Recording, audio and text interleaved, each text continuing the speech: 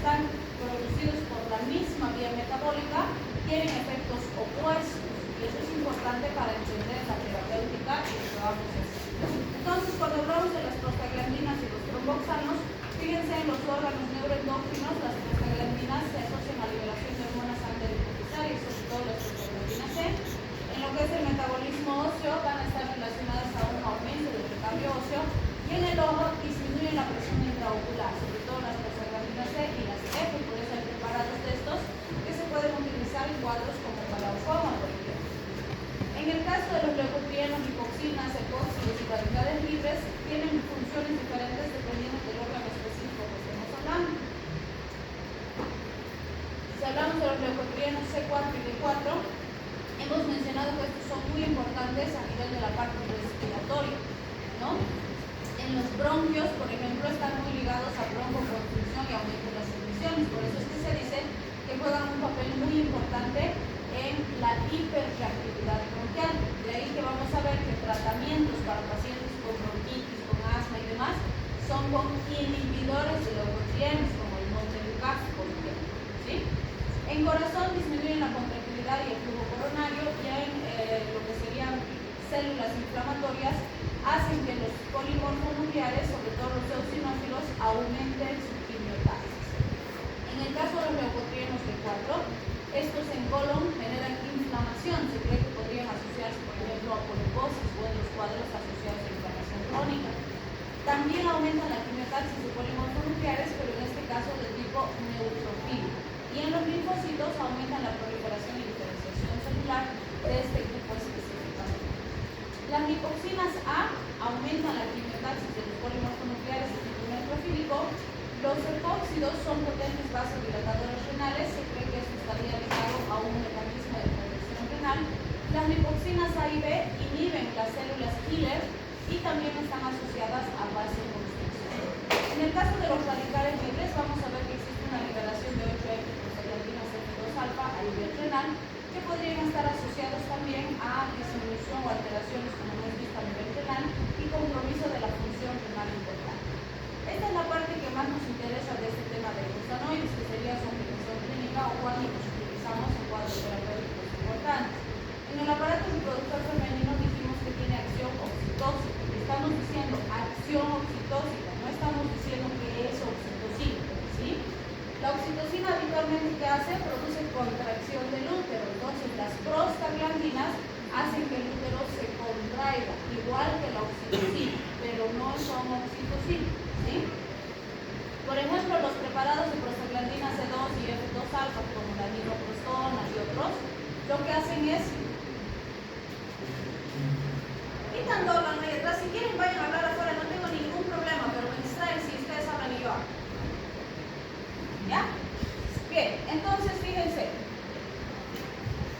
Cuando hablamos de su acción en el útero, vamos a ver que estas prostaglandinas estimulan una contracción intensa, espástica del músculo uterino.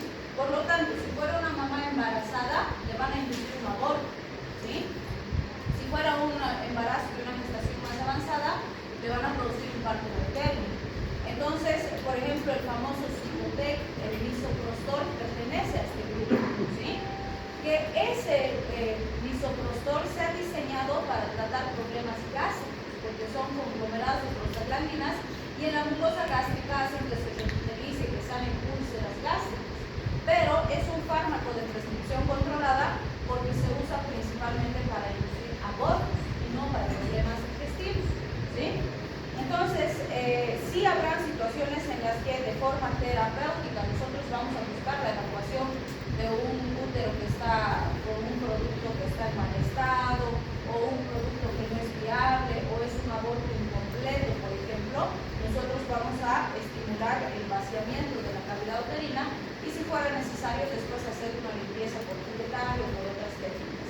También es importante entender que se pueden utilizar para inducir un parto atérmico, es decir, ya está el bebecito de la edad que corresponde para que nazca y no nace.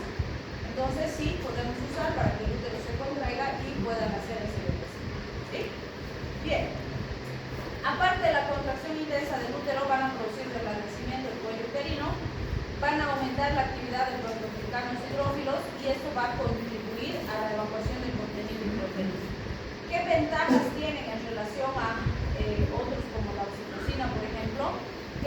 tienen el efecto antidiurético que tiene la oxitocina. Como desventajas sí tienen bastante sintomatología adyacente como náuseas, vómitos, diarrea, broncoconstricción, más si son prostaglandinas F2A, ¿sí? Entonces con esa aplicación se ha podido utilizar. En lo que sería el aparato reproductor masculino se han usado en cuadros de disfunción eréctil porque producen vasodilatación a nivel de los cuerpos cavernosos y eso facilita una erección. El alprostadil es uno de los que se ha utilizado que tiene prostaglandinas E1. En dismenorrea también se han usado prostaglandinas E2 y F2 alfa justamente para regular el ciclo en pacientitas que tenían ciclos muy irregulares. El requisito es que nos cercioremos de que no es una paciente gestante, ¿sí? En el aparato cardiovascular pues tiene grandes beneficios. En pacientes con hipertensión arterial o hipertensión pulmonar que no responden a las terapias convencionales pueden ayudar porque el efecto vasodilatador y diurético, por ejemplo, de las prostaglandinas C, nos ayudan a controlar mejor la presión arterial acompañando a los otros fármacos antihipertensivos. En las hipertensiones pulmonares que no responden bien y que de hecho son de respuesta más difícil, por decirlo así, con los fármacos convencionales, el epoprostenol, que es prostaciclina, ha ayudado de forma significativa a mantener presiones más apropiadas. En las enfermedades vasculares periféricas tenemos dos situaciones importantes. Por un lado, por ejemplo, cuando queremos mantener el conducto arterioso permeable, le damos al pacientito recién nacido prostaglandinas E1 y prostaciclinas para mantener permeable. ¿Qué implica eso? Durante la vida intrauterina, el conducto arterioso y otros conductos mantienen una comunicación izquierda-derecha entre los dos lados del corazón y la circulación, porque es la madre la que se encarga de oxigenar la sangre, ¿sí? En el momento del nacimiento, todas esas comunicaciones del lado izquierdo con derecho tienen que cerrarse, ¿sí? Y es así que se separa la circulación mayor y la circulación menor, como han aprendido en biología. En algunos casos, por decirles, el bebecito tiene una malformación congénita cardíaca importante y necesita cirugía para corregir esa malformación, es deseable que el conducto se mantenga permeable hasta que se haga la corrección quirúrgica. En ese caso, le damos prostaglandinas para mantener esa continuidad hasta que se pueda operar al paciente, ¿sí? Ahora, puede pasar el otro caso, que por ejemplo ha nacido nuestro bebecito prematuro y no se ha cerrado completamente, o sea, se han estado terminando los cierres, la separación del lado izquierdo y derecho, pero el conducto arterioso se ha quedado parcialmente abierto, ¿sí? No grande, no es necesaria una intervención quirúrgica, pero cuando juntamos al bebecito se escucha un soplo ahí, porque hay un shunt de izquierda a derecha, se está mezclando la sangre arteriosa y la pulmonar, entonces, o la venosa y la arteriosa. Entonces, en ese caso, por ejemplo, no necesitamos operar al paciente porque la conexión es pequeña. ¿Qué hacemos? Le damos inhibidores de prostaglandinas, como AINES, que van a bloquear la COX, y al bloquear la producción de prostaglandinas, ese conductivo que está parcialmente cerrado va a terminar de cerrarse, ¿sí? Y después de unos meses, el pacientito ya no va a tener el soplo, ya no se va a poner cianótico cuando llora, y se ha solucionado el problema sin necesidad de realizar una intervención, ¿sí? Entonces también se puede usar de esa forma y obviamente el uso de AINES, por ejemplo, van a ver cuando veamos AINES, está contraindicado en el último trimestre del embarazo. ¿Por qué? Porque si la mamá toma AINES y el bebecito todavía está en el vientre materno, podemos inducir un cierre prematuro del conducto arterioso y eso trae complicaciones al bebé, ¿sí? Entonces vean, las dos aplicaciones se asocian. En relación a la aplicación en sangre tenemos el efecto antitrombótico. Recuerden que la aspirina, que es el prototipo de los AINES que vamos a ver en la siguiente clase, es un antiagregante plaquetario, eso hemos visto el sábado, ¿se acuerdan?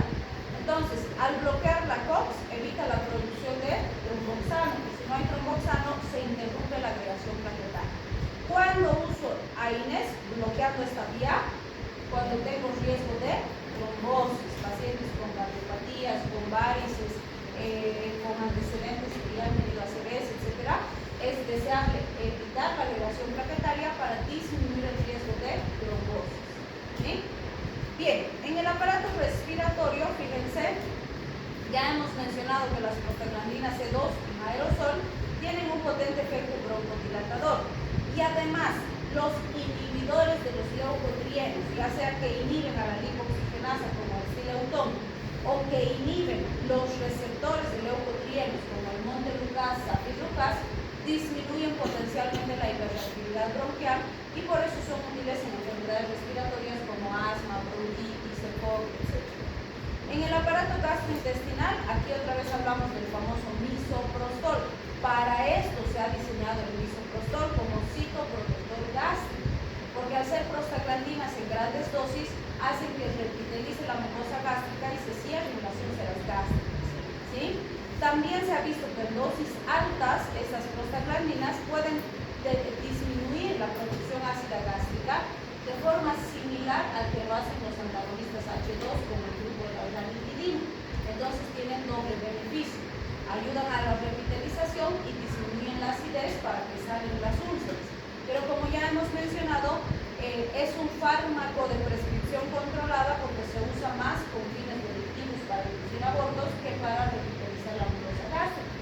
Entonces no es común que usemos misoprostol en ulceropatías, a no ser que las terapias habituales como inhibidores de bomba, antagonistas H2 y demás fracasen, entonces recién usamos, ¿sí? Bien, si hablamos del sistema inmune, fíjense, por esta vía de los eicosanoides se está produciendo prostaglandinas, prostaciclinas, tromboxanos, interleuquinas, quimiotaxis de células inflamatorias, vale decir, todo lo que habitualmente se produce por el sistema inmune en una respuesta inflamatoria, en una respuesta inmunitaria. Entonces, ¿qué decimos? Cuando yo necesito esa respuesta inmunitaria, es totalmente benéfica, me está ayudando. Si tengo una infección bacteriana, una infección viral, mi sistema inmune está tratando de contrarrestar esa infección, de eliminar a ese microorganismo, ¿sí? Pero no siempre la respuesta inmune es buena. Por ejemplo, ¿qué hemos visto en COVID? Cuando los pacientes ya tenían neumonías y se complicaban, la causa principal era una tormenta de citoquinas. ¿Qué es la tormenta de citoquinas? Una reacción exagerada, exacerbada del sistema inmune que empieza a producir daño. Esos pacientes ya no tenían carga viral, ya no había virus, pero ¿quién era el que les producía las neumonías, los infartos, las trombosis, todas las complicaciones? Su sistema inmune que estaba reaccionando como loco, ¿sí? Entonces siempre les digo, cuando una respuesta se exacerba, es potencialmente dañina. Recuerden, siempre les digo, ¿de dónde vienen las analogías? Tormenta de citoquinas. Recuerden, si llueve, las plantitas están felices, ¿no? Porque les llega la agüita, las lava, las limpia, súper contentas. Pero si llueve como tormenta y viene con viento, con granizo y más, las destruye a las plantitas, las rompe, las parte, les lesiona sus hojitas y demás, y las lastima. En vez de ayudar, perjudica. Con el sistema inmune es igual. Cuando la respuesta es controlada, ayuda, me beneficia, me cuida, pero si es exagerada, me puede matar, ¿sí? Entonces eso nos muestra aquí, nos dice, ¿no? Cuando la inflamación es excesiva, entonces me lastima. Si tengo, por ejemplo, un paciente con un trasplante, no puedo dejar que su sistema inmune ataque al trasplante, ¿sí? Al órgano trasplantado, porque de eso depende la supervivencia del paciente. ¿Qué voy a hacer? Le voy a dar inmunosupresores, ¿sí? O por ejemplo, si tengo un paciente con una enfermedad autoinmune como la artritis, lupus, psoriasis, ¿cuál es el problema? Su sistema inmune se ha confundido y lo está destruyendo al paciente. Entonces, ¿qué hago? Que su sistema inmune trabaje menos. No al 100% porque lo necesito, pero necesito que trabaje menos intenso para que no destruya tan rápido. Curarlos no se puede, pero controlar su enfermedad para que progrese lentito, sí se puede. ¿Sí? Bien, y el glaucoma también puede utilizar, por lo que dijimos, estos compuestos lo que van a hacer es disminuir la presión intraocular. ¿Sí? Bien. Ok, entonces no se olviden, hasta aquí va a ser nuestro examen. ¿Sí? Ahora vamos a